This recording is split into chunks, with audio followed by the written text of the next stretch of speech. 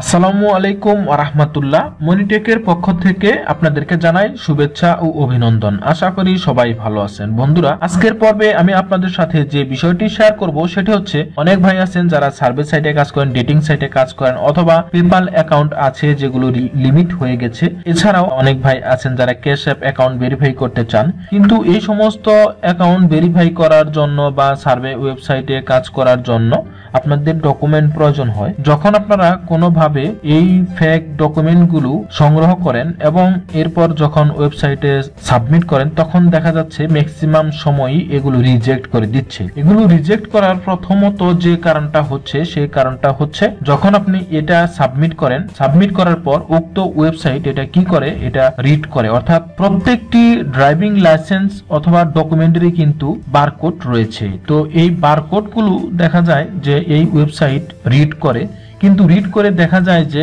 এটা আপনি যে নামে ডকুমেন্ট ক্রিয়েট করেছেন বা আইডি কার্ড অথবা পাসপোর্ট ক্রিয়েট করেছেন, সেটার সাথে বারকোডের কোনো মিল নেই, অর্থাৎ অথবা বারকোডের তথ্য অসামঞ্জস্য রয়েছে। তখন কিন্তু তারা এটাকে ফেক হিসাবে ধরে নেয় এবং যখন ফেক হিসাবে তারা ডিটেক্ট করে, তখন কিন্তু আপনার ডকুমেন্টটা রিজেক্ট করে দেয়, অর্থাৎ আপনার এটা ভেরিফাই হয় না। অর্থাৎ আপনি যে ওয়েবসাইটে সাবমিট করেন না কেন এবং যত ক্লিনই হোক না কেন, আপনার দেখা যায় যে এই শুধুমাত্র বারকোডটির জন্যই ম্যাক্সিমাম টাইম আপনার ডকুমেন্টটি তারা রিজেক্ট করে দিচ্ছে। অর্থাৎ আপনি পেপালে যদি সাবমিট করেন তাহলে রেস্টোর হচ্ছে না, অথবা ক্যাশে ভেরিফাইয়ের জন্য ইউজ করতেছেন কিন্তু ভেরিফাই হচ্ছে না। ইভেন আপনি সার্ভে ওয়েবসাইট বা জাঙ্কিতেও যারা কাজ করেন তাদের ভেরিফাইয়ের ক্ষেত্রেও সমস্যা দেখা দেয়। এছাড়াও অনেক ভাই আছেন যে আপওয়ার্ক, ফাইবার অ্যাকাউন্টগুলোও আপনারা আইপি ধরে অনেক সময় আপওয়ার্ক, ফাইবার, ফ্রিল্যান্সার.com এই সমস্ত ওয়েবসাইটে অ্যাকাউন্ট করেন এবং এই সমস্ত ওয়েবসাইটেও আপনারা ড্রাইভিং লাইসেন্স সাবমিট করেন।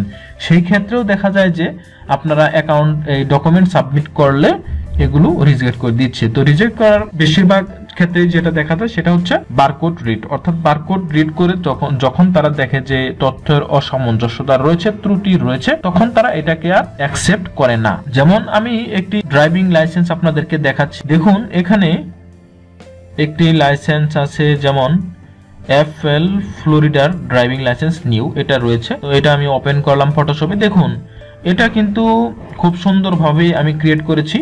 দেখেন, পিএসডি ফাইল এবং জেপিজি ফাইল আমার কাছে রয়েছে। আপনারা যদি পিএসডি ফাইল নিতে চান সেটা ইচ্ছা করলে নিতে পারেন। তো এটা আপনারা ইচ্ছা করলে এডিট করেও নিতে পারেন।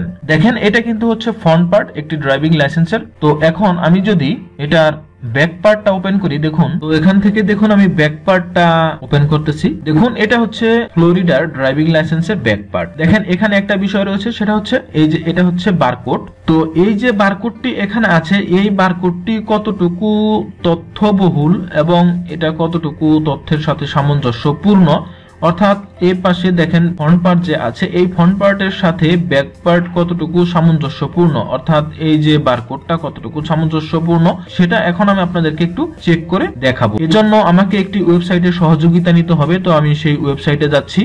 দেখেন, এখানে একটা ওয়েবসাইট আছে। এই ওয়েবসাইটের মাধ্যমে আমি মূলত বারকোডটি চেক করব যে আসলে আমি যে বারকোডটি তৈরি করেছি সেটা ঠিক আছে কি না। তো এজন্য দেখেন, এখানে লেখা আছে ড্রাইভার লাইসেন্স আইডি কার্ড। এখানে আমি ক্লিক করব। মূলত আমি যেহেতু ড্রাইভিং লাইসেন্সের বারকোডটা চেক করব, সেজন্য এখানে আমি টিক মার্ক দিয়ে দিলাম এবং এখান থেকে আমি সোর্স ফাইল ক্লিক করলাম। সোর্স ফাইলে ক্লিক করার পর দেখুন, আমি যে ডকুমেন্টগুলো ক্রিয়েট করেছি সেটার বেশ কিছু জেপিজি ফাইল এখানে রয়েছে। তো এখান থেকে আমি একটা সিলেক্ট করে দিলাম।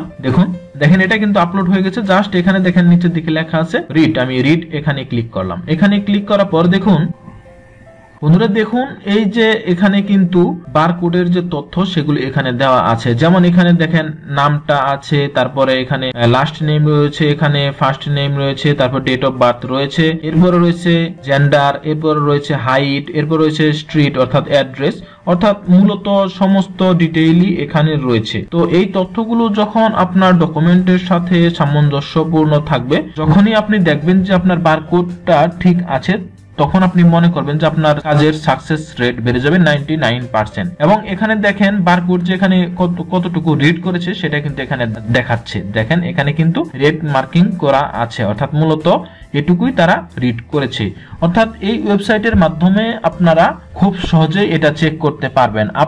আপনাদের জন্য মূলত এটি আমার একটি তথ্য ছিল যে আপনারা অনেক সময়ই দেখা যায় যে নিজেরা ক্রিয়েট করেন কিন্তু বারকোড ঠিক মতো দিতে পারেন না বা চেক করতে পারেন না। অনেক সময়ই আবার অনেকের কাছ থেকেই আপনারা ক্রয় করে নেন, তারা ঠিক মতো আপনাদেরকে বারকোড রেডি করে দেয় না, যার কারণে আপনারা ডকুমেন্ট সাবমিট করলেও সেটা আপনাদের কোনো কাজে আসে না। তো এই জন্য আপনারা কি করবেন, নিজেরাই এখন থেকে সহজেই এই ওয়েবসাইটের মাধ্যমে আপনারা এই বারকোডটি চেক করে নিতে পারবেন। দেখা যাবে যে তাহলে আপনাদের ডকুমেন্টটি কতটুকু অ্যাকুরেসি আছে সেটা আপনারা চেক করতে পারবেন এবং এরপরে আপনি সাবমিট করতে পারবেন। আরেকটি বিষয় হচ্ছে, আপনারা যদি রং ইনফরমেশন সাবমিট করেন তাহলে কিন্তু একটা রিস্ক আছে। শুধু যে আপনার ডকুমেন্টটি তারা রিজেক্ট করবে এরকম না, এমনও হতে পারে যে আপনি যে ওয়েবসাইটের জন্য ডকুমেন্ট সাবমিট করলেন সেই ওয়েবসাইটে আপনার যে অ্যাকাউন্টটি রয়েছে সেটা কিন্তু ব্যান হয়ে যাবে, অর্থাৎ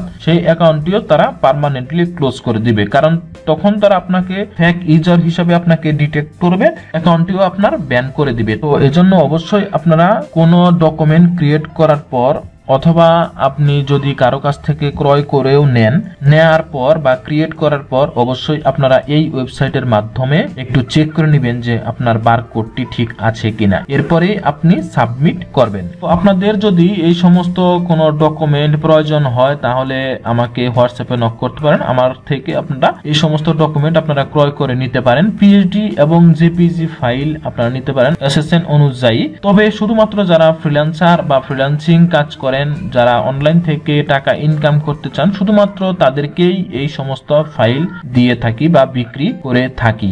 এই সমস্ত ডকুমেন্ট কিন্তু আপনি অনলাইন ব্যতীত অন্য কোনো জায়গায় ইউজ করতে পারবেন না, শুধুমাত্র অনলাইন প্ল্যাটফর্মেই এই সমস্ত ডকুমেন্ট ইউজ করতে পারবেন। আরেকটি বিষয় হচ্ছে, আমি আপনাদেরকে বলে দিচ্ছি, যদি আপনারা এই সমস্ত কাজ নিজে করতে চান, ফটোশপের কাজ জানা থাকতে হবে এবং এই কাজগুলো কিন্তু অনেক সময় নিয়ে করতে হয়, অনেক ধৈর্য নিয়ে কাজ করতে হয়।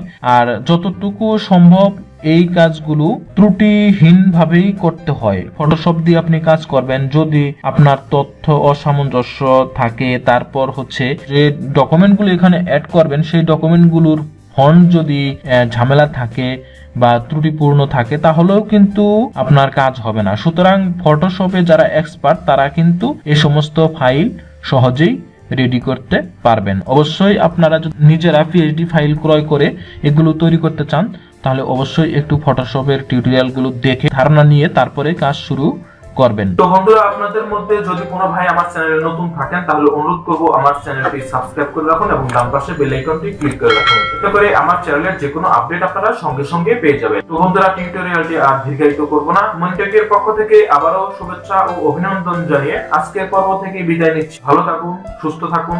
আসসালামু আলাইকুম ওয়া রাহমাতুল্লাহ।